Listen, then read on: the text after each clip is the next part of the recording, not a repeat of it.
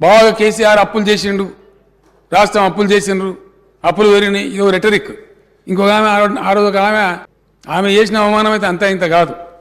తెలంగాణ ఇచ్చేదానికి ఇదేమైనా ఇన్స్టెంట్ కాఫీనా, దోశనా, అంత ఈజీయా? ఇన్ని రకాల వేధింపులు, ఇన్ని రకాల అవమానాలు అధ్యక్ష, అనేక రకాల మాటలు మాట్లాడడం. అదే రాజశేఖర రెడ్డి గారు ఆ రోజు నేను తెలంగాణకు అడ్డం కాదు, నిలువు కాదు అని ఆయన ముసిముసులు నవ్వితే వీళ్ళందరూ కూడా మౌన పాత్ర వహించడం. అన్నిటికీ పరాకాష్ట అధ్యక్ష, అన్నిటికీ చాలా భయంకరమైన పరాకాష్ట. చివరి ముఖ్యమంత్రి సమైక్య రాష్ట్రానికి కిరణ్ కుమార్ రెడ్డి గారు. ఆయన చేసిన అవమానాలు అయితే ఇన్ని కావు. ఆయన టీవీ కాడ పోవడం, అంధకారం అయితే చెప్పడం, రకరకాలు చెప్పడం, చివరికి పరాకాష్ఠగా ఇదే శాసనసభకు బట్టి విక్రమార్క గారు డిప్యూటీ స్పీకర్ ఉన్నారు అధ్యక్ష. శ్రీధర్ బాబు గారు కూడా మంత్రి ఉన్నారు ఆ రోజు. ఇంకా చాలామంది మంత్రులు ఉన్నారు. ఇదే బెంచ్లలో కూర్చో ఉన్నారు. నేను నిలబడ్డ సీట్లో ఆయన నిలబడి తెలంగాణకు ఒక రూపాయి కూడా ఇవ్వను, ఏం చేసుకుంటారో చేసుకోపోండి అని మాట్లాడితే ఒక్క కాంగ్రెస్ నాయకుడు, ఒక ఎమ్మెల్యే, ఒక మంత్రి లేచి అట్టెట్లంటారండి అని అడగలేదు అధ్యక్ష. మౌనంగా బెల్లం కొట్టిన రాళ్ళలేక కూర్చున్నారు తప్ప ఒక్క మంత్రి కూడా లేచి అడగలే. మీరు అట్టెట్లంటారండి, మీరు సమైక్య రాష్ట్రానికి ముఖ్యమంత్రి అని చెప్పి అడిగేటువంటి సాహసం కూడా కనీసం చేయలే. ఇది ఫ్యాక్ట్ కదా. మా దగ్గర వీడియోస్ అన్నీ ఉన్నాయి అధ్యక్ష. ఇప్పుడు మీకు కావాలంటే రేపు చూపెడదాం. సభ ఎక్స్టెండ్ చేయండి ఒకరోజు, ఆ క్లిప్స్ అన్నీ తెచ్చి చూపెడతా అధ్యక్ష. నేను అవన్నీ కూడా ఉన్నాయి. ఇక బీజేపీ అధ్యక్ష, వీళ్ళు ఇట్లా అంటే బడేమియాతో బడేమియా చోటేమియా సుబానల్లా అన్నట్టు. వీళ్ళది కదా అంటే బీజేపీ ఒక్క ఓటు 2 రాష్ట్రాలు అని కాకినాడలో తీర్మానం చేసిండ్రు. అయిపోయింది, ఇక గడకెక్కింది, అయిపోయింది. చంద్రబాబు నాయుడు ఎన్డీఏ కన్వీనర్ అయ్యిండు, వాజ్పేయి ప్రైమ్ మినిస్టర్ అయిపోయిండు, అంత జరుగుతూ ఉంది. డిప్యూటీ ప్రైమ్ మినిస్టర్గా, హోమ్ మినిస్టర్గా ఉన్న ఎల్కే అద్వానీ గారు వచ్చి హైదరాబాదే తెలంగాణలో, తెలంగాణ ఎందుకండి అని హైదరాబాద్లో స్పీచ్ ఇచ్చిపోతారు అధ్యక్ష. 3 రాష్ట్రాలు కొత్త ఏర్పాటు చేసినారు అదే ఎన్డీఏ. కానీ కాకినాడ తీర్మానం కాకెత్తుకొని పోయింది. ఎన్డీఏ తెలంగాణ చేయలే. జార్ఖండ్, ఛత్తీస్గఢ్ వగైరా రాష్ట్రాలు చేసిండు కానీ చేయకపోగా ఇంకా మీకెందుకని తెలంగాణ అనే మాటలు మాట్లాడి బీజేపీ పార్టీ కూడా తెలంగాణను కించపరిచింది అధ్యక్ష.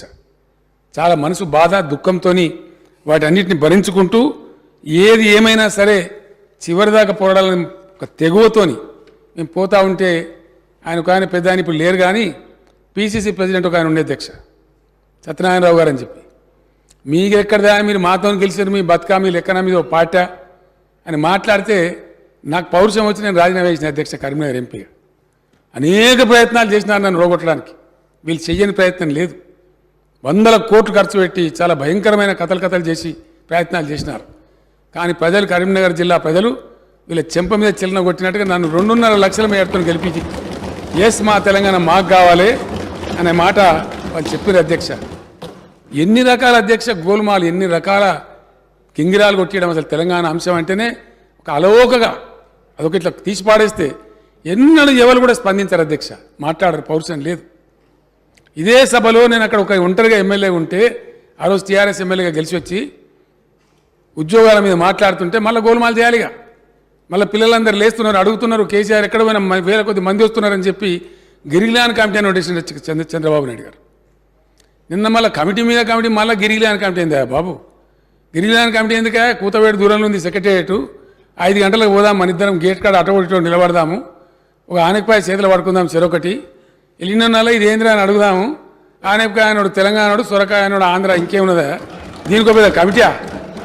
ఇంత దూరం కూడా మాట్లాడాల్సిన అవసరం ఏర్పడదు అధ్యక్ష. ఇది సత్యం. నేను ఇదే సభలో మాట్లాడిన అధ్యక్ష, అక్కడ కూర్చొని నిరంజన్ రెడ్డి గారు కూర్చున్న ప్లేస్లో కూర్చొని ఇదే సభలో ఈ మాట చెప్పాల్సిన పరిస్థితి.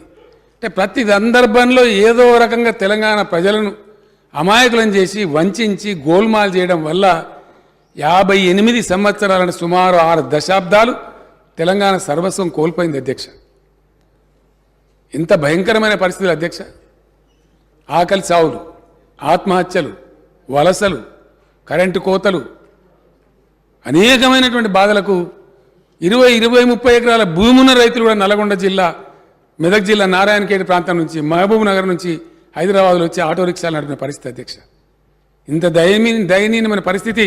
మనందరం దానికి సాక్ష్యమే. ఇవాళ కథ ఏంది, ఇవాళ పరిస్థితి ఏంది అనేది ఈ రకంగా కూడా అనేక రకాల కార్యక్రమాలు జరిగినాయి అధ్యక్ష. ఇదంతా జరుగుతుంటే రోసయ్య గారు ఆయన 14F తీసుకొని వచ్చినారు. ఒక పక్కన ఉద్యమం జరుగుతుంటే 14F తీసుకొని వచ్చినారు.